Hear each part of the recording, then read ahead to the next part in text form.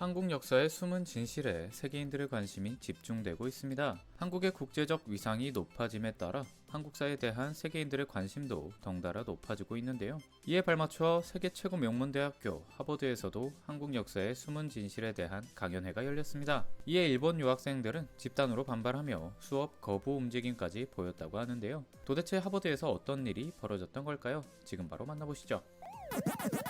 In a nutshell, shows you the difference between the two societies.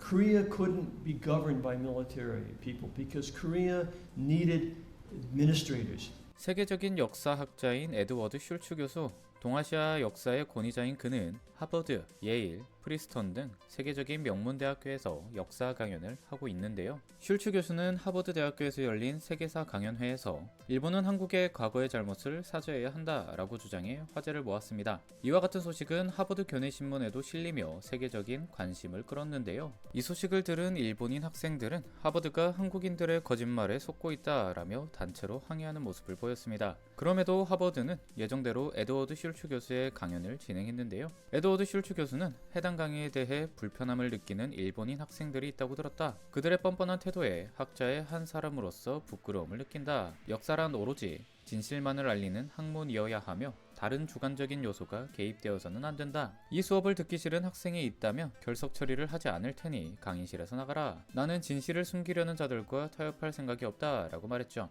이어서 에드워드 슐츠 교수의 특별 강연이 시작되었는데요. 그는 일본은 한반도의 권력 다툼에서 밀려난 이주민들이 세운 나라다. 일본 왕실의 뿌리를 거슬러 올라가면 한국의 수도 서울을 근거지로 삼았던 백제 왕가가 나온다 라는 말과 함께 한국과 일본의 역사에 대한 강연을 시작했습니다. 그는 이어서 일본에게 있어서 한국은 늘 동경심과 열등감을 동시에 느끼게 하는 스승과도 같은 존재였다. 일본과 달리 한국인들은 결코 군사적으로 지배할 수 없는 민족이었기 때문이다. 일본이 강압적인 군인들에 의해 통치되는 동안 한국은 현대국가와 마찬가지로 고등교육을 받은 엘리트 관료에 의해 운영되고 있었다 라고 말했는데요. 그는 분명한 어조로 수천 년 동안 한국은 일본보다 훨씬 선진적인 국가였다 라고 강조했습니다. 이어서 에드워드 슐츠 교수는 1861년 일본에서는 다시 없을 기적이 일어났다. 일본을 강제로 개항시킨 미국에서 남북전쟁이라는 내전이 벌어졌던 것이다. 꼼짝없이 미국의 식민지가 될 운명이었던 일본은 가까스로 독립을 지킬 수 있었다. 강요된 개항으로 인해 서양의 선진 문물을 받아들이게 된 일본은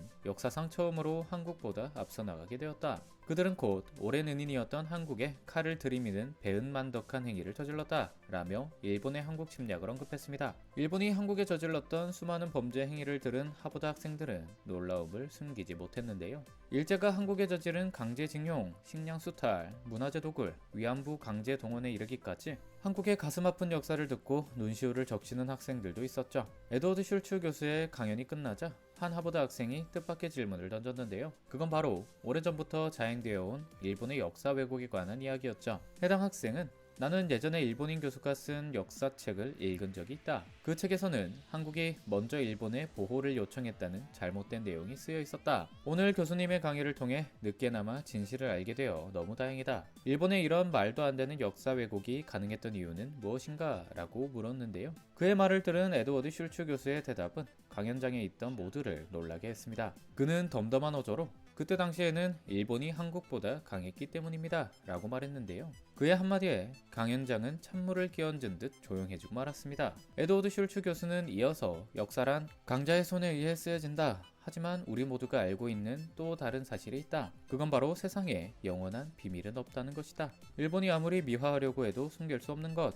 그건 바로 일본이 한국과 미국을 비롯한 수많은 나라를 침략하여 온갖 범죄를 저질렀다는 사실이다. 나는 미국에서 가장 뛰어난 학생들인 여러분이 이 사실을 모든 사람들에게 전해주었으면 한다 라고 말했는데요. 그의 말은 100% 사실이었습니다. 일본은 오랜 스승과도 같은 나라인 한국을 침략해 수많은 범죄 행위를 저질렀음에도 불구하고 이 모든 역사적 사실을 한국인들이 먼저 일본의 보호를 요청했다라는 거짓말로 왜곡하고 있었습니다. 심지어 그들이 신처럼 떠받드는 일왕이 일본 왕실은 한반도에서 건너왔다라는 충격적인 진실을 밝혔을 때도 총리가 직접 나서서 일왕의 역할은 제사에서 기도를 하는 것뿐이다 라며 이를 숨기려 하기 바빴죠. 이 모두가 일본 역사의 추악한 진실을 가리려는 비열한 술책이었습니다. 지난 수십 년 동안 일본은 한국보다 강한 국력을 지닌 나라였고 그렇기 때문에 이런 일본의 역사 왜곡에 속아 넘어간 세계인들도 많았습니다. 하지만 이제 상황이 달라졌습니다. 한국은 아시아를 넘어 세계 문화를 선도하는 선진국으로 도약했고 세계인들 모두가 한국의 과거와 미래에 뜨거운 관심을 보이고 있습니다. 일본의 역사 왜곡을 비판하는 것만으로는 충분하지 않습니다. 우리가 먼저 나서서 한국의 올바른 역사를 세계에 알려야 합니다.